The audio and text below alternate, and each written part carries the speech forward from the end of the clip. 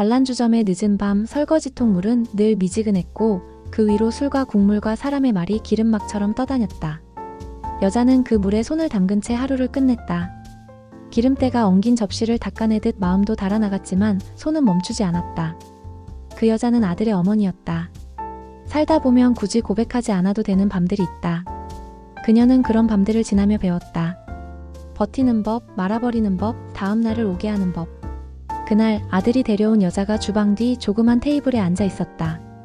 단정한 셔츠 깃, 손톱 끝까지 잘 말린 투명 매니큐어, 그리고 남의 취향을 거울처럼 비춰주는 눈. 그녀는 정중히 고개를 숙였다. 저 나쁜 사람은 아니에요. 허투루 산 건 맞지만 이제는 어머니는 숟가락을 내려놓았다. 쇠붙이 소리가 마른 손등에 진동처럼 울렸다. 나도 나쁜 사람 아닙니다.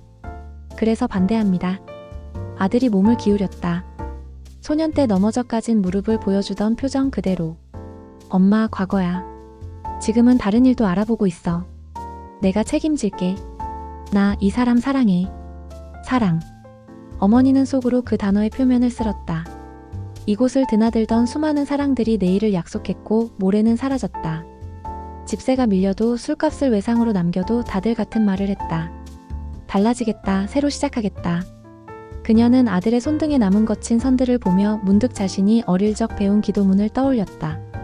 구원은 늘 먼 곳에 있고 빚은 가까이에 있다. 너는 안다. 내가 어디서 일했는지, 밤이 사람을 어떻게 서서히 바꾸는지. 그래서 말리는 거다. 너만은. 말끝이 부서져 물에 떨어지는 소리처럼 사그라졌다. 그러나 사랑은 이유를 밀어붙였고 반대는 밀려났다. 아들은 그날 늦은 밤집을 나왔다. 작은 원룸, 냉장고에는 물과 김치, 달력에는 2개의 이름. 결혼식은 없었고 혼인신고 도장이 반지가 되었다. 편의점 불빛 아래에서 두 사람은 서로의 손을 꼭 쥐었다. 어머니는 가게 뒤편에서 오래오래 등을 문질렀다. 비누 냄새가 손등 깊숙이 박히도록. 다음 날이 오면 어쩌면 마음이 조금은 무뎌질지도 모른다는 희망을 믿으려 애쓰면서. 결혼은 함께 사는 일이라고 배웠지만 이들의 하루는 물처럼 갈라져 흘렀다. 남편은 아침과 저녁 사이에 삶을 눕혀놓고 왔고 아내는 낮과 밤 사이에 자신을 접었다 폈다. 이젠 그 일 안 해. 아내는 담담하게 말했다. 손목에 남은 미세한 향수 냄새가 말을 잠시 흔들었지만 남편은 고개를 끄덕였다. 사랑은 믿음을 먹고 산다고 그는 정직하게 믿었다. 시어머니는 결혼식에도 오지 않았다. 오지 않을 결혼식에 초대장도 없었다. 내가 잘못 본 눈이면 좋지. 그녀는 말했다. 그날 밤 아들은 엄마 연락처를 열었다 닫았다.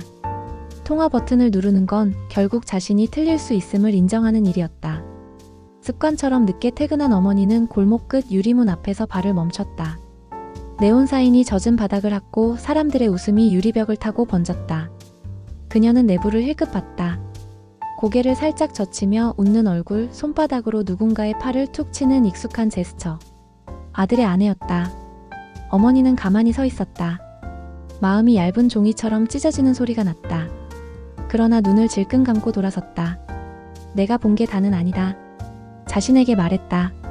밤은 때로 틀린 증인이 되곤 하니까. 다음 날 그녀는 아들에게 전화를 걸었다가 끊었다. 또 걸었다가 끊었다. 손가락이 기억하던 번호는 여전히 정확했지만 말은 끝내 연결되지 않았다. 그녀는 세제를 덜어 주방 바닥을 문질렀다. 바닥의 얼룩은 지워졌지만 가슴 속 그림자는 더 진해졌다. 밤은 매번 같은 시간에 같은 얼굴로 찾아왔다. 남편은 아주 작은 이상함들이 한 방향을 가리킨다는 것을 뒤늦게 알았다. 거실 탁자 위를 스쳐간 향기의 변화, 휴대폰을 뒤집어두는 버릇, 새벽에 짧게 울리는 알림음. 그는 어느 저녁 조심스레 말을 꺼냈다. 주말에 엄마 댁 가자. 미역국 네가 좋아하잖아. 아내는 잠깐 멈췄다. 나 아직 그분이 나를 며느리로 생각할지 모르겠어. 말은 예의를 갖췄지만 눈빛은 다른 길 위에서 방황하고 있었다. 그는 서랍을 열어 하얀 봉투를 꺼냈다. 적금 깼어. 우리 둘 여행 가자. 환기도 되고 새로 시작도 하고. 아내의 눈동자가 깜빡였다. 그걸 왜 말끝이 흐려졌다. 손끝이 자신의 머리카락을 무심히 말았다 푸는 동안 방 안 공기는 곱게 굳어졌다. 그날 밤 남편은 잠결에 귓가에서 낯선 이름을 들었다. 자신의 이름이 아닌 모서리가 다른 이름. 심장이 움츠러들었다. 그는 아무 말도 하지 못했다. 창문 틈으로 찬 새벽이 스며들었다. 군대 내무반의 금속성 냄새와 침묵이 오래된 그림자처럼 어깨에 내려앉았다. 며칠 후 그는 일부러 돌아가는 길을 택했다. 고개를 들면 간판들이 지도를 펼치듯 길을 준다. 모퉁이를 돌자 아내가 어떤 남자의 옷깃을 잡아당겼다. 그리고 짧게 그러나 너무 분명하게 입맞췄다. 남편은 그 순간 발소리를 잃는 법을 배웠다. 뒤돌아 소리나지 않게 걸었다.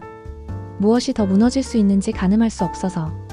집에 돌아와 그는 유리컵을 씻었다. 바닥에 둥근 빛이 오래 흔들렸다. 오늘 늦었네? 아내가 물었다. 응. 그는 그렇게 말했다. 혀끝에 맺힌 왜는 증거가 없으면 산산이 흩어진다는 걸 이미 알고 있었다. 그는 그날 유난히 천천히 불을 껐다.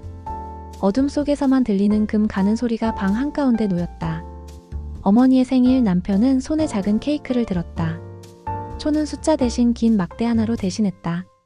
문을 열자 미역국 냄새가 다소곳이 방을 채웠다. 어머니는 멈칫했지만 자리를 내어주었다. 세 사람의 숟가락이 그릇에 닿는 소리만이 일정한 간격으로 방을 걸었다. 아내의 휴대폰이 미세하게 떨렸다. 화면이 켜졌다가 꺼질 때 어머니의 시야에 옷바단꼴이라는 이름이 번개처럼 스쳤다. 어머니는 눈을 감았다. 말은 삼키면 가시의 변에 속을 긁는다. 그러나 오늘은 생일이었다. 그녀는 가시를 도로 손바닥에 쥐어 쪽빛 자국을 남기는 편을 택했다. 식사가 끝날 즈음 벨이 울렸다. 문 앞에는 과일 상자를 든 남자가 서 있었다. 여기 은지씨. 그가 말을 더듬는 사이 아내의 얼굴이 먼저 무너졌다. 남편은 말없이 상자를 받았다.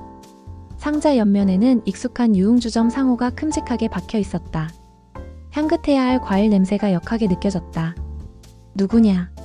남편의 목소리는 낮고 서리걷다. 남자는 고개를 푹 숙였다가 계단을 급히 내려갔다. 문 닫히는 소리가 방 안의 공기를 한 번 더 흔들었다. 그만 가자. 아내가 속삭였다. 남편은 대답하지 않았다. 어머니의 손등에 오래된 화상 자국이 도드라졌다. 그 자리에 또렷하게 앉은 죄책감과 분노와 동정이 서로 자리를 다툼했다. 밤은 각자의 방에서 오래 머물렀다. 어머니는 젖은 수건을 쥐어짜다 멈추었다. 물방울이 바닥에 떨어져 작은 둥근 얼룩을 만들었다. 아내는 화장대 앞에서 립스틱을 냅킨에 쓱쓱 문질렀다. 붉은 얼룩이 마치 더 깊은 구멍처럼 번져갔다. 남편은 전화기의 녹음 버튼을 눌렀다가 껐다. 말이 소문이 되는 속도보다 침묵이 관계를 무너뜨리는 속도가 더 빠를 수 있다는 것을 그는 처음으로 알았다. 법원 앞의 바람은 직선으로 불다 갑자기 꺾였다.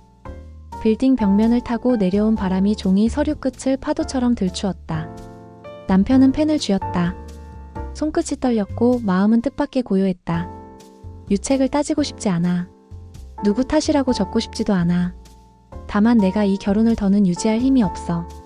그는 눈을 들어 아내를 보았다. 아내는 의자에 앉아 있었다. 눈두덩이 붉었고 화장은 지워지다만 책갈피 같았다. 나도 내가 나쁜 사람인 거 알아. 그녀가 말했다. 근데 너 나를 사람으로 본 적 있어? 직업이나 과거 말고 그냥 한 사람으로. 말은 깨진 그릇 조각처럼 바닥으로 흘렀다. 줍자니 손이 베일 것 같았다. 우린 처음부터 밤을 다르게 배웠어. 남편이 천천히 말했다. 나는 밤이 무서웠고 너는 밤이 편했지. 서로를 바꾸면 될 줄 알았는데 그런 일은 연습으로 되는 게 아니었어. 그는 서류에 이름을 적었다. 펜촉이 종이를 누르는 소리가 유난히 컸다. 순간 마음속에서 무언가가 톡하고 떨어져 나가는 느낌. 슬픔이 아니라 해제에 가까운 감각. 그날 저녁 그는 어머니 집으로 갔다. 문을 열자 된장국에 미지근한 숨이 나왔다. 상 위에 반찬 셋, 밥 2그릇. 어머니는 말없이 국을 퍼주었다. 한참을 먹다 남편이 낮게 말했다. 엄마 미안해. 어머니는 젓가락을 내려놓았다. 미안할 건 없다. 살다 보니 마음은 망가져도 손은 다시 일하더라. 우리는 손이 있는 사람들이니까. 그 말에 남편은 웃다가 울었다. 어머니의 손이 그의 등을 천천히 두드렸다. 밤이 조금 물러났다. 아내는 혼자가 되었다. 첫 번째 혼자의 밤. 시계바늘이 10을 가리키는 순간 그녀는 거울 앞에 섰다. 휴대폰을 꺼 서랍 깊숙이 넣었다. 텅 빈 방, 창문 틈으로 들어오는 바람. 그녀는 자신의 얼굴을 오래 바라보다 불을 껐다. 꿈에서 그녀는 한 손으로 그릇을 닫고 다른 손으로 불을 끄고 있었다. 닫히는 것과 꺼지는 것, 그 사이 어둠은 묵묵히 자리를 지켰다. 다음날 남편은 새 커튼을 달았다. 밝은색 천이 창틀에 매달리고 아침이 방 안 깊숙이 들어왔다. 그는 커튼을 쓸어내리며 생각했다. 나는 이제 낫을 배울 것이다. 배움은 끝이 아니라 버팀목이 된다는 걸 어른이 되어 처음으로 믿었다. 어머니는 출근 전 장갑을 꼈다. 오래된 주방에 불을 켰다.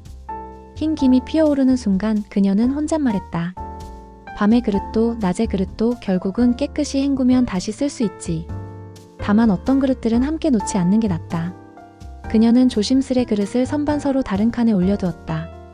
세 사람은 각자 다른 칸에서 각자의 시간을 쌓아가기로 했다. 누군가는 낮을, 누군가는 밤을, 또 누군가는 그 사이의 그늘을. 이혼은 끝이 아니라 문장이었다. 마침표가 아니라 쉼표. 숨을 고르고 다시 말하기 위한.